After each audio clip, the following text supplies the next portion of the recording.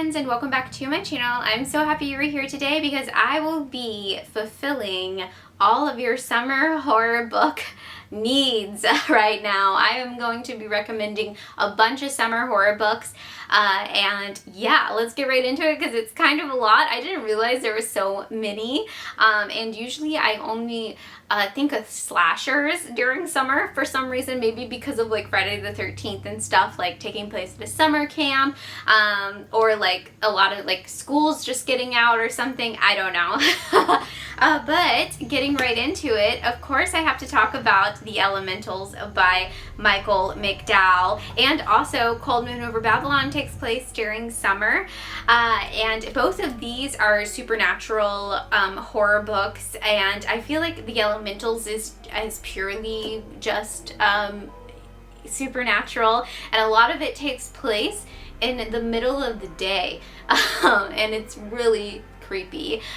This is about a family that just lost their matriarch, and so they go to their vacation houses that are like on the Gulf, and yeah, something's not quite right in one of the vacation houses that has been abandoned for 20 years or so, and yeah, it is super spooky. And then Cold Moon Over Babylon is more of like a serial killer slasher mixed with supernatural and a revenge tale. I love the way Michael McDowell writes southern families and southern towns. It's just he had such a keen eye for that stuff, I guess because he grew up in Alabama in the 50s and 60s, but yeah, everything feels almost like a drama that you're watching happen with these southern characters, and usually I don't really like that, but mixed with the horror elements, it just works so well. It's excellent, and I highly suggest these two books to read this summer. The next book, of course, I had to talk about is The Ruins by Scott Smith. Boy, oh boy, I see this on all the summer horror lists, but rightfully so. This is about a group of people who are vacationing in Cancun, and somebody that they meet up with is Greek, I believe, and his brother left him a map to these ruins, and they're all like, good idea, we're a bunch of white people, let's go into the rural Mexico to go see these ruins. Anyways, needless to say, they get stuck on the ruins, and stuff does not go so well with lack of food and water, and in the heat in the middle of the summer, and also there's a other situation happening. I don't want to give too much away with this one, but these people had it coming, honestly. This is fun. This is a fun eco-horror book and a body horror book and survival horror, and I highly recommend you reading this summer. The next book is When the Reckoning Comes by Latoya McQueen. This is about a woman who's invited back to her hometown in North Carolina to go to her best friend's wedding that takes place on a plantation that still does reenactments. Fun. No. Very uncomfortable, horrifying before the supernatural elements start to even happen in this, and it gets really gnarly, and I loved every second of it. Okay, the next book I'm going to recommend is not going to be for everyone, and that is Jack Ketchum's Off Season. I'm sure you guys see this book around everywhere for a summer horror book. This is a cannibal book and like a vacation horror book, and yeah, it is brutal as fuck. I was not expecting small children to be in this, and honestly that was the cringiest part for me, are small children committing heinous acts. But if you're into that sort of thing, I highly suggest you read this summer. The next book I'm going to recommend is Goddess of Filth by V. Castro. This takes place with some high schoolers who are graduating high school, and they decide to have a seance, you know, a bit of fun, like they've all seen The Craft, and it takes a horrifying turn.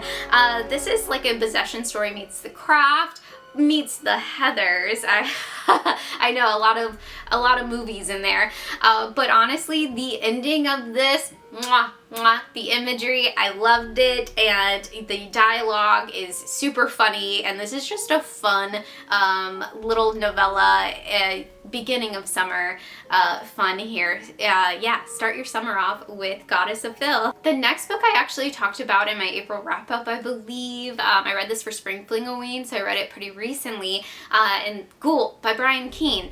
This is, I would say, leans into like extreme horror, and it is really nasty. The Ghoul is so slimy and disgusting, but the boys' stories are very compelling. One is super sad and dark, and these boys team up to defeat the Ghoul during their summer break. And if you want to be depressed but also grossed out, I highly suggest you read Ghoul this summer.